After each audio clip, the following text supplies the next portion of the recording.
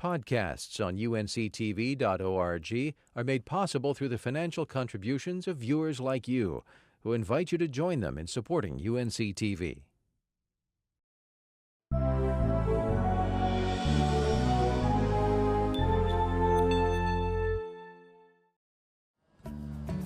Take an idyllic spot on Orange County's Eno River.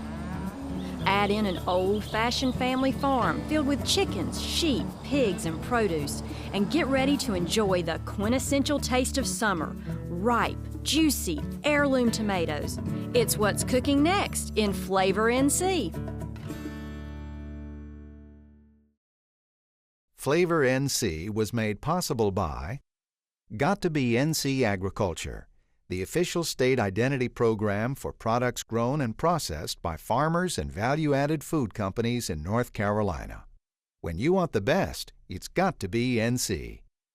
The Currituck County Department of Travel and Tourism. The Currituck County Outer Banks. More value, more excitement, more than you imagined. Additional support was provided by the following.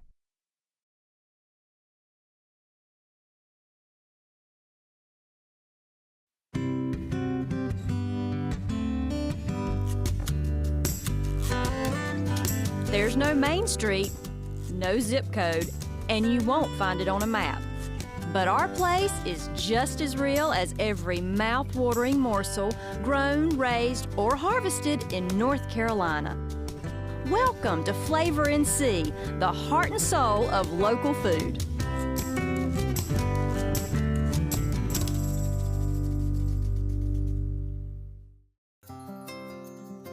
History has tilled as deeply into the soul of Orange County as its agricultural heritage. Almost 600 family farms of all shapes and sizes call Orange County home. Many of them, like the farm I'm visiting today, are near Hillsborough, the Orange County seat. Located in the heart of the Piedmont, just west of the big city bustle of the Triangle, Hillsborough is one of North Carolina's most historic towns. More than 100 homes, churches, and buildings fill the downtown historic district, a beautiful reminder of this town's rich history and storied past.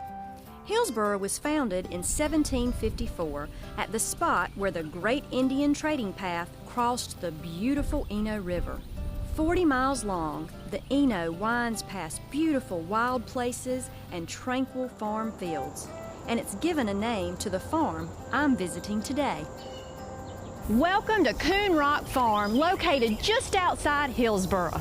The farm borders the edge of the Eno River and is named after a giant rock formation on the edge of the property where generations of farm kids have played on a hot summer's day.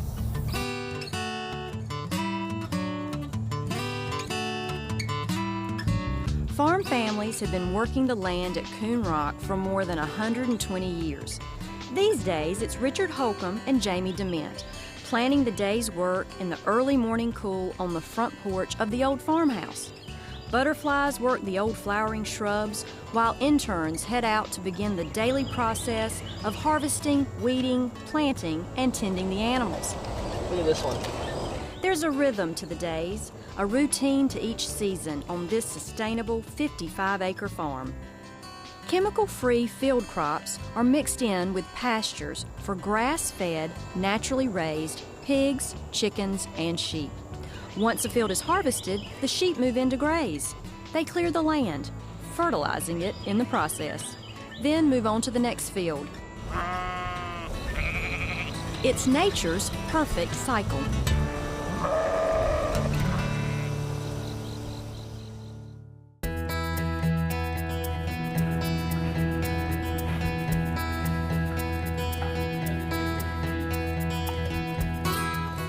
A lot of that homegrown goodness ends up on the plates of happy diners here at Zelly & Ritz in Raleigh. The restaurant is co-owned by Richard and Jamie and is known for its locally grown, seasonal menu. Roughly half the food served at Zelly & Ritz is produced at Coon Rock Farm, including eggs, pork, lamb, chicken, and vegetables. But before the diners can enjoy a delicious dinner at Zelly & Ritz, Richard, Jamie, and the crew have got to dig into some work right here at Coon Rock Farm.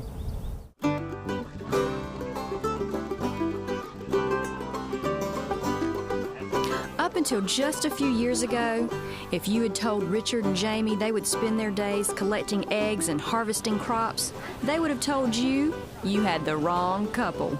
Jamie was a Capitol Hill veteran and museum fundraiser. Richard founded and sold several successful software companies. Richard, how on earth did you go from running a software company to farming and raising chickens? Well, it's interesting. When I started doing software, it was right about the time the PC was invented, and it was all fresh and new, and it was a fast, rapid growing industry, and there's a lot of new and exciting things to do. And over the years, I started several companies that did interesting things and sold them. And so during that period of time when I was doing software companies, I still gardened. I had a pretty big garden, grew most of my own vegetables. I always wanted to get back and do it again. So as I did more and more software and became less and less happy with it, the change occurred in agriculture, that it was, organic came along, and it became more viable to build a business around healthy, wholesome, organic, local food. Suitable to your choices. Right. So both businesses met my personal desires at the time. I've never messed with chickens and gotten eggs and that sort of thing. You probably never had a green egg. I haven't. So you're going to have to tell me a little bit why the coop and why is it on wheels and the fencing. I don't understand it all. Well, chickens, at the heart of it, are wild animals. They're in the woods and out and around, and that's sort of the natural environment. So from a farming perspective, we try to mimic as much as we can the natural environment the chicken would have grown up in. So these are old-timey breeds. Right. They're out walking around on grass. They're eating bugs. They're doing what chickens do. And by doing that, they're producing really healthy, wonderful, delicious, tasty eggs. So and if you open the egg, you'll see that the yolk is bright yellow and big and tall. They're just fantastic. So they can just fly out and they come back. That's right. You see little fences around. The fences don't keep the chickens in. Chickens fly. Yeah. The fences are to keep the predators out. So they have bobcats and coyotes and raccoons and possums. Almost everything eats chicken. I got you. So at night they fly back in. Right. To stay in the coop and be protected from the predators. And then we move the coop through our pastures as a way to help. I mean, you see the manure on the ground around here, and that's a very easy way of spreading nutrition on our pastures without us having to shovel manure. Fertilizer everywhere. So we hook the coop up to the tractor and we drive it around and move it around the pastures, and the bottom of the coop is wire, so all of their manure falls through, and it makes the pastures much healthier. Which then the sheep and the cows eat the rich growing grass. So it's a cycle. Well, I've learned something new, something I didn't know. Turns out there's a lot I don't know about the operation here at Coon Rock Farm. Take the pigs, for example. These little piglets and their not-so-little mamas will spend their lives outside doing what pigs do. They eat, they sleep, they wallow in the mud. It all makes for one tasty pork chop. I hear y'all make some of the best pork in this area. Tell me about your pigs. Well, we got great pigs. They're the old-timey breeds. We raise them outside on grass. They're never in a barn. They're never in a building. And they eat local sort of natural food, and they take they're moving around. So they're exercising, and they really get a fantastic flavor. We treat them real gentle, and then when the time comes, we process them and make pork chops, hams, lots of sausage. They also raise Farmer's Hybrid, another old breed first developed in the 1880s, making it a true heritage breed. So when people talk about heritage breed animals, there's a lot of questions. What is a heritage breed? And it means an animal that will breed true, that if you take one farmer's hybrid pig and breed it to another farmer's hybrid pig, you're going to get the same offspring. It means a pig that makes a delicious, juicy pork chop. Okay, I'll have to try some of that. And try it I did at lunch. After a hard morning's work, we all gathered under the trees for a typical farm lunch. Coon Rock vegetables and sausages. Thank you, Farmers, Hybrids, and Berkshires. My taste buds really appreciate your sacrifice.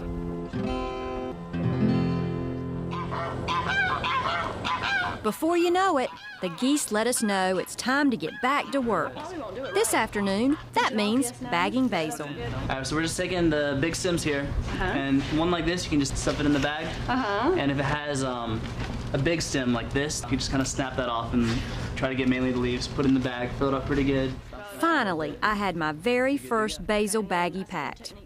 I think Jamie decided I'd just be in the way while the crew packed the rest of the CSA boxes. What's a CSA, you ask? Well, it stands for Community Supported Agriculture. Basically, you pay up front for a weekly share of the farmer's harvest during the growing season. You get a box every week, and this week you're getting heirloom tomatoes. You're getting all different kinds of heirloom tomatoes. Pink ladies and Amish paste and Cherokee purples. You're getting a whole mix of heirloom tomatoes along with squash and melons, and generally you get a mix. You get enough to feed your family, make a lot of meals. If you're not in the CSA, you can find Coon Rock products at area farmers markets. On Saturdays, the farm is open to the public. For a guy who first made his mark in the high-tech world of computer software, Coon Rock Farm is surprisingly low-tech. A chalkboard for keeping track of daily tasks and orders, and a good old-fashioned beam for drying garlic. You don't get it like this in the grocery store. And here's something else that's a little different from the grocery store. Meet Eudora, the milk cow. Twice a day, Eudora strolls up from her pasture and munches on grain while the old milking machine is hooked up and turned on. About 15 minutes later, Jamie has gallons of tasty milk for use on the farm. So you just met Eudora, our milk cow. She's a member of the family at this point. We milk her every morning, and in the evening, she keeps us on schedule better than probably anything on the farm. If I've learned anything about farm life over the years, it's that you work hard, but you eat well. A favorite crop here at Coon Rock is that all-time southern summer favorite, tomatoes. And that's what I came to try. I absolutely love tomatoes. I'm in love with heirloom varieties right now. Tell me what you grow. We grow a little bit of everything. We grow over 50 varieties of heirloom tomatoes. Oh, that is so sweet. Oh, that's good. It's like candy. It's tomato candy. At our restaurant in Raleigh, Zelly and Ritz, we make dessert out of sun gold tomatoes. Sun gold panna cotta that will absolutely astound you. It is so sweet. That is fabulous. And this is why we grow them, because all you have to do is just pop one in your mouth to realize how absolutely delicious and wonderful they are. The taste is, the proof is in the pudding, as they say. I agree. This reminds me of when I was a little girl, and I don't know about you. I'd go out to my grandmama's garden, and I had the best time picking her tomatoes. Yep. I loved it. When I was a child, I thought that they were medicine. My parents called them pain pills. And every time anything was wrong, or I fell down or skint my knee, I got to go out into the garden and pick pain pills. We do grow over 50 varieties of heirloom tomatoes. You can see them all around us. Beautiful. And they're, an heirloom variety plant is similar to a heritage breed animal, and that if you took this tomato and you dried it and you saved the seeds from it, we'd be able to plant the seeds next year and you would get the same variety of tomato. I feel like an heirloom has more flavor. It's fresh. It does. It is. The seeds are saved for a reason, because they taste better. Right. Not because they ship better or because they're pretty. They're saved because they're delicious. Because Aunt Susie 60 years ago said, "This is the best German Johnson tomato I have ever grown." And so then Aunt Susie started saving her variety, and then her friend Betty Sue down the road does the same thing, and you end up with all of these varieties of very delicious heirloom tomatoes. And they're not pretty. Right. They're all different they're colors. They're red, they're purple, they're orange, they're yellow, and they are absolutely delicious. Well, how about sharing some tomato recipes with me? I can do and that. Let's go to the kitchen and have some fun. We're going to have a great time. Okay, good. Yes.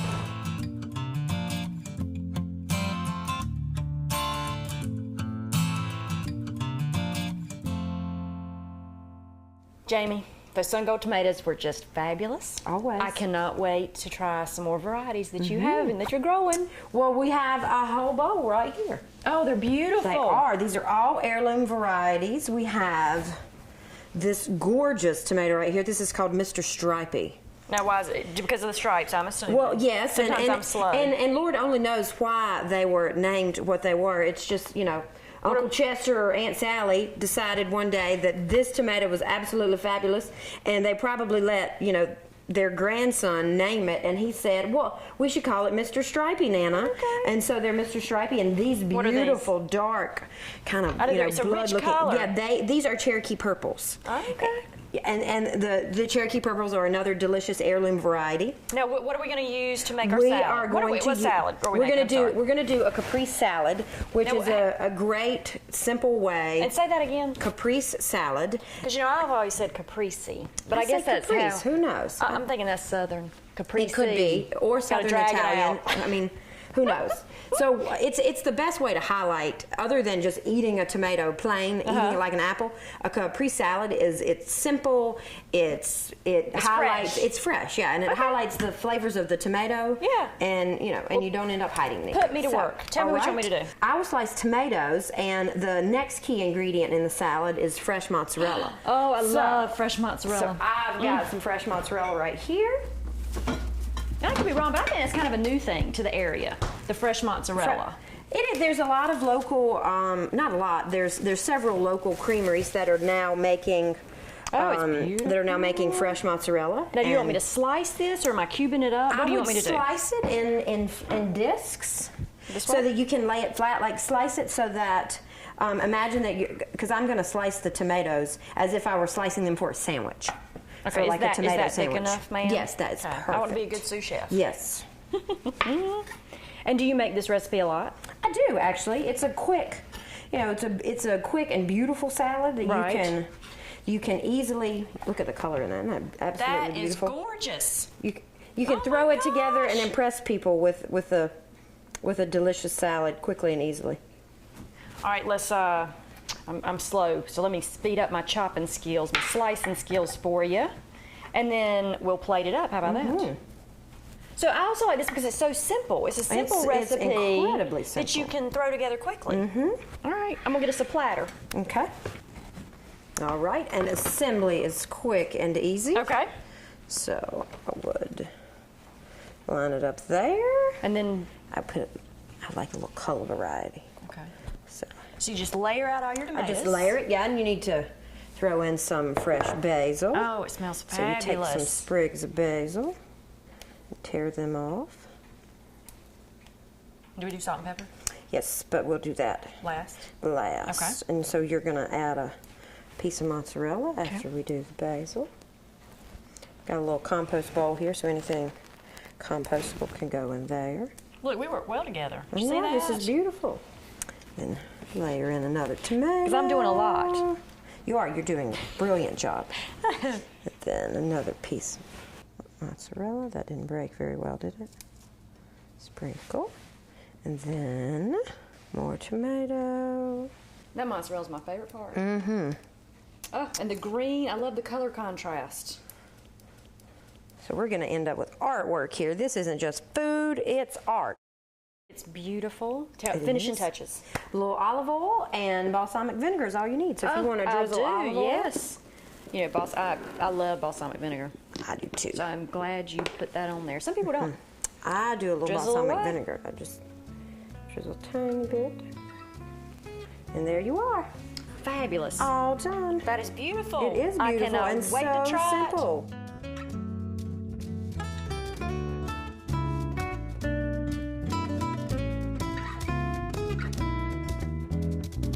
So we've made the salad. Now we're going to make our entree, and I can't wait.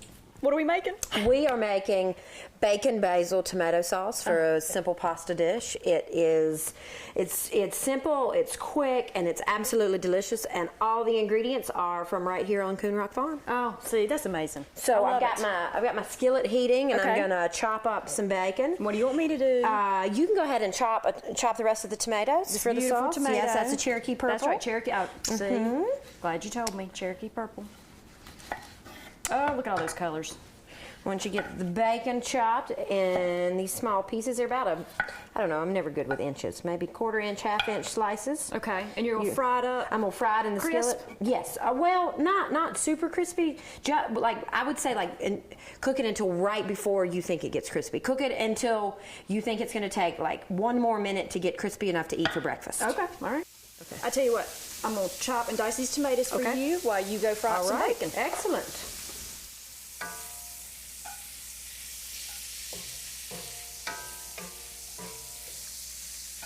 Okay, Lisa, I'm about ready for the garlic that we're going to add. Okay, let me saute with the bacon. I'm close. Let me press this last clove for you. Okay. It smells fabulous over there, by the way. Thank you. I specialize in good smells. I cannot wait to taste this meal. It's about to smell even better. Give it a quick stir. Release the flavor in the garlic. And then we will be ready to add tomatoes. I got the tomatoes all chopped and ready. All right, excellent. You can add them in, yeah. Okay. If you Look tilt at it. that. No, look good. Okay, so how long does this take to cook, Jamie? It'll take 5 to 6 minutes. You just you want to leave it in here long enough for the bacon flavor to marry with the tomato and the garlic. And how long did you do the garlic for? About a minute, minute and a half. Okay, all right. And so because you don't want the garlic to burn and stick to the bottom of the pan. You just want you're sauteing it. Yeah, you're sauteing. You want the fat and the bacon to release the flavor in the garlic. Getting the aroma going. Yeah. Okay, so the tomatoes we're going to let them cook down. So these are just going to simmer some for 5-6 minutes, and then we'll add at the very end we'll add a little shredded basil and salt and pepper. Okay, all right. I love fresh basil. So while our sauce is simmering, yes.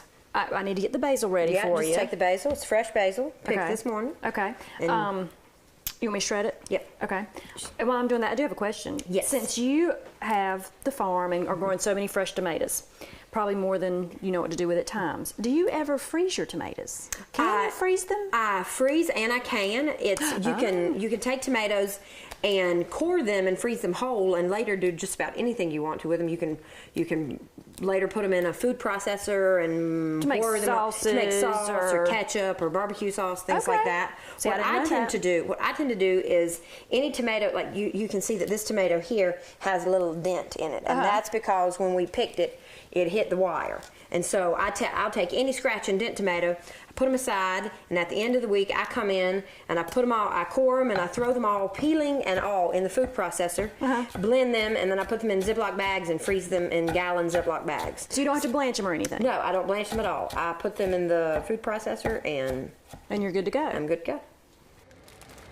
Now while the sauce simmers, cook your pasta. Jamie likes to use wide egg noodles. Then add the finishing touches. So it's all simmered down. What are our final steps? We just sprinkle in a little fresh basil. Okay. And salt and pepper. Salt and pepper. And I can do done. that. It looks beautiful. It smells fabulous. I love the combination of flavors.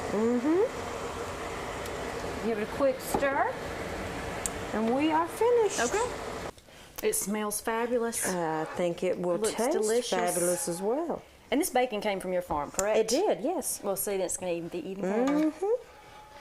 And do you make this for the family, or you make this for your interns? This ends up being an intern meal often because it's so simple and fast. And it's hearty. I mean, it It's sustains super, them through the yeah, day, because I know y'all are working hard. Yep, it'll get you through a long afternoon of picking. Okay. I'm going to garnish it up with this cheese. What kind am I using? It's a grated Parmesan. But you could use any cheese. You could use mozzarella. You could use a goat or feta if you wanted. All right, how about 2 sprigs of basil on each side? Perfect. We'll make it look pretty. Why don't we ask Richard to join us for dinner? I think you'll love it.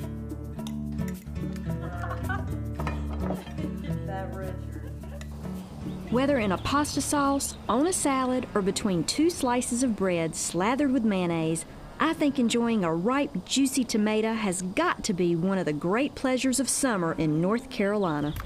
You know, there's a reason that these guys were known as love apples back in the day. Bursting with flavor, packed with nutrients, what's not to love? The key is picking the right tomato for your recipe. If you want a salad or snacking or skewers, then you want to go with your grape or your cherry tomato. They're perfect. If you want a canning tomato, just go with your regular old store-bought variety. If you want to go for, say, bruschetta, you want to go with a Roma tomato. It's perfect for dicing. There's not so much pulp, not as many seeds, a lot easier to work with. My favorite tomatoes these days, that would be your Heirloom variety. They're going to be different colors, different shapes, different sizes, but the taste is unbelievable. Something else to remember, when you're buying tomatoes, you want them to be plump, a little tender. You can always smell around the stem, and if you get that distinct acidic flavor, you know they're ripe and they're perfect for eating. Storage tip, don't put them in the refrigerator. Kills the flavor. Keep them in a cool area at room temperature. And the most important tip I can give you, always buy local, close to home. They're the best, freshest tasting every time. I've had a great day here at Coon Rock Farm. one that's reinforced what I've always known about North Carolina's farming community and its commitment to the land. Bottom line is, it doesn't matter if the farm has been in your family for generations or just 2 years. It's the connection to the land and the passion for the hard work. You can taste the love in every bite. I'm Lisa Prince, and I'll see you right here next time in Flavor NC. Flavor NC was made possible by Got to Be NC Agriculture, the official state identity program for products grown and processed by farmers and value-added food companies in North Carolina. When you want the best, it's got to be NC. The Currituck County Department of Travel and Tourism. The Currituck County Outer Banks. More value, more excitement, more than you imagined. Additional support was provided by the following.